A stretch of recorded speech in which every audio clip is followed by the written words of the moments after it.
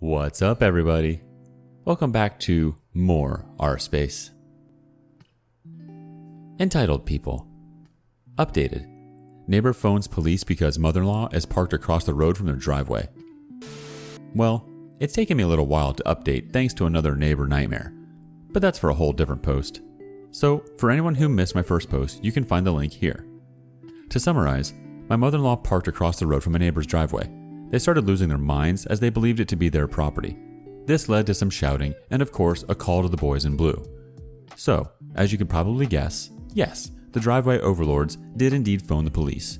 After her threats, we waited around waiting for my mother-in-law to be shipped away to the big house for committing the ultimate crime, parking on a public street.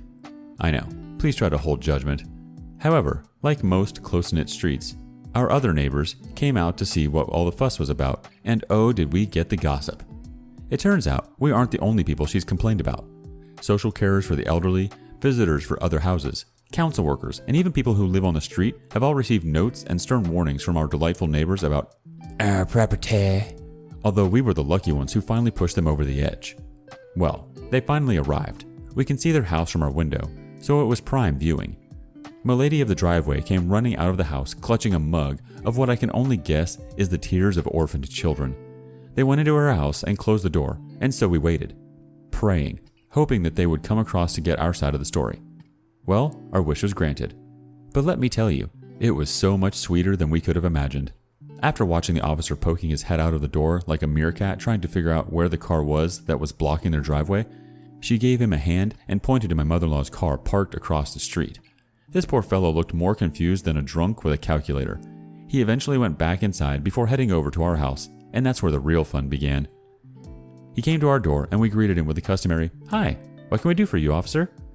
Here is the following conversation from what I can remember. Good morning. We received a complaint about a car from this property blocking a driveway. Hi there.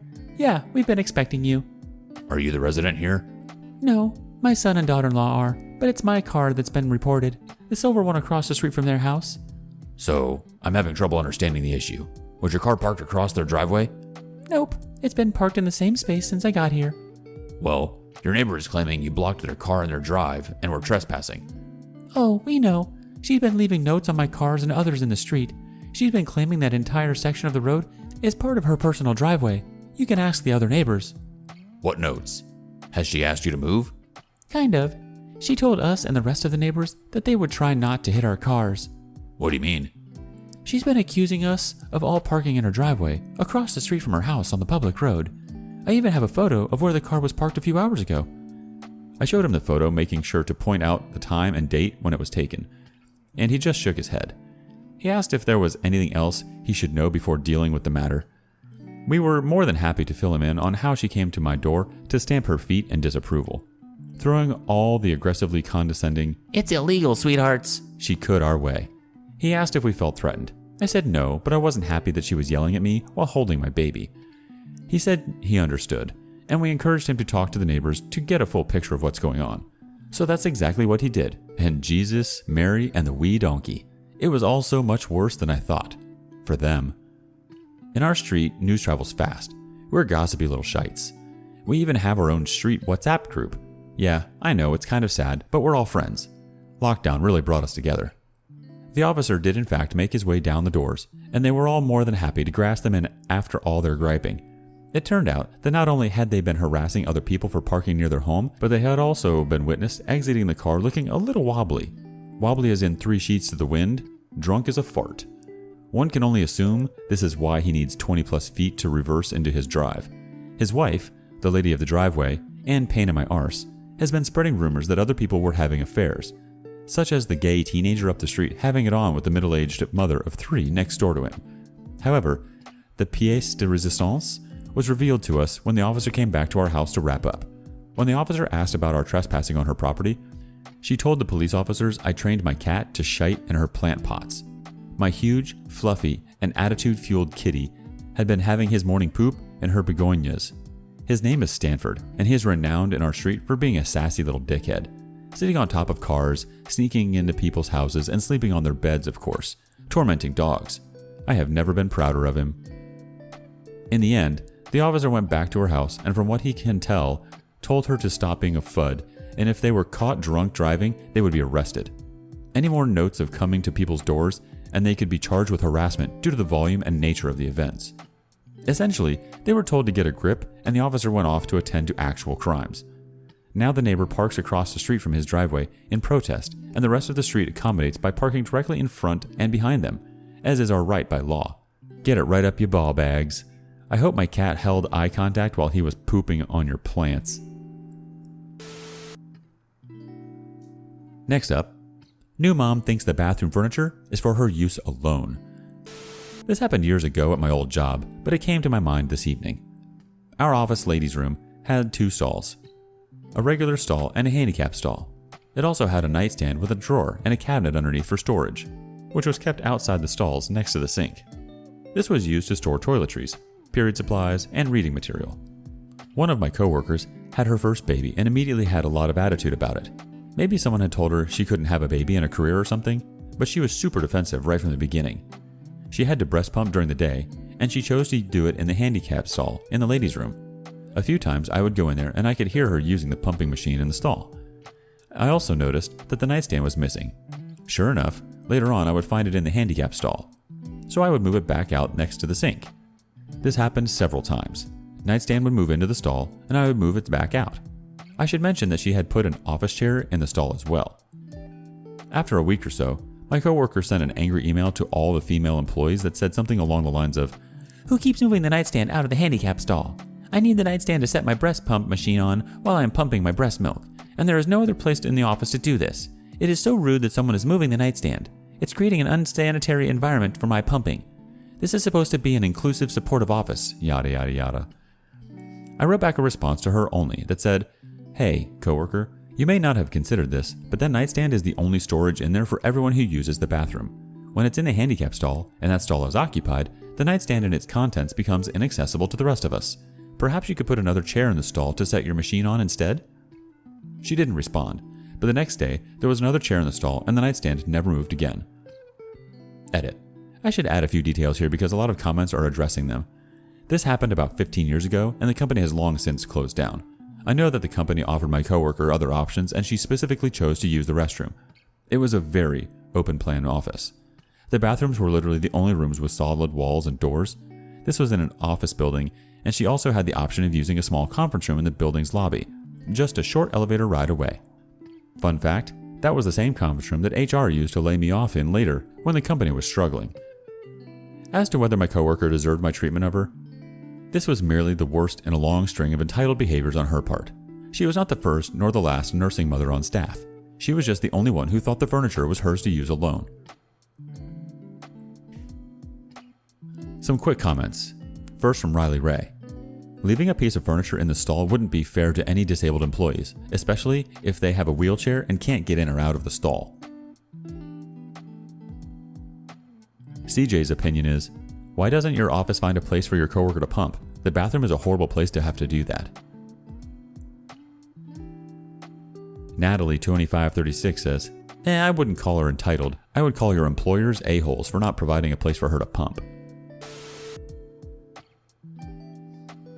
Next up, some crazy lady screamed at me for not helping her, despite the fact that I told her numerous times that I don't work at Walmart. She then proceeded to physically assault me. Okay, look. So I normally visit Costco to get my groceries, but when I went there, there was a big freaking number of people and no parking spaces available. So I noticed the Walmart next door, so I just go there instead, since I only have to get a couple things. Big mistake. So I guess apparently my clothes look somewhat like Walmart employee clothes. I didn't think so, but this lady did.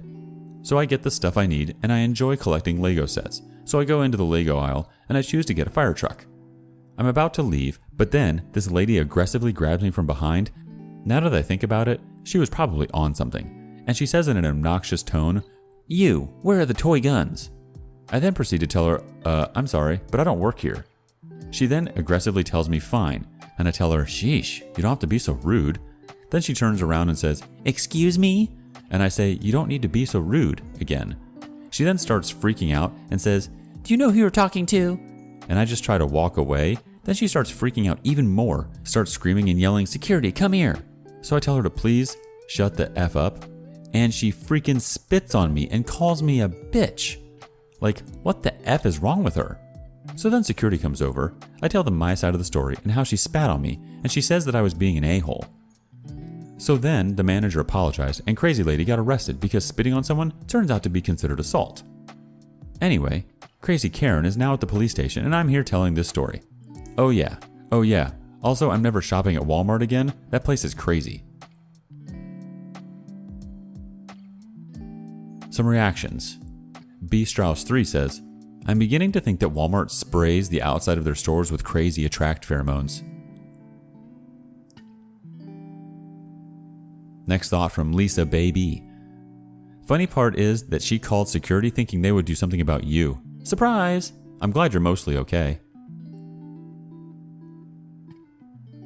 Ghost Chan 02 says, so I actually work at Walmart. Literally the only thing that separates Walmart employees and the customers is a Walmart vest. It's a very obvious vest with the Walmart symbol on the front and back. Also, I'm pretty sure aggressively grabbing someone is assault, so that's almost a problem. She should have known saying excuse me is the way to get someone's attention. But then who am I kidding? On to the next story. Apparently, I have the devil in me. So I went back to my local bookstore and was in the manga section. A girl, maybe a few years younger than me, asked me if I could help her find Psyche K. And I told her that I highly doubt it because as far as I know, there is no English version of the manga, and I doubt this store would carry a foreign language version of Psyche K. But I would still look around for her. After looking through the sections, I thought it could be in TDS. I told her, I don't think it's here. Try another bookstore or look online. She thanked me and walked away.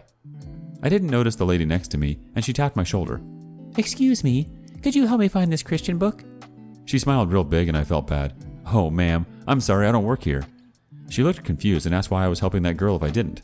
I explained that I know a lot about manga and I could help her easily. Plus, I was already in the aisle.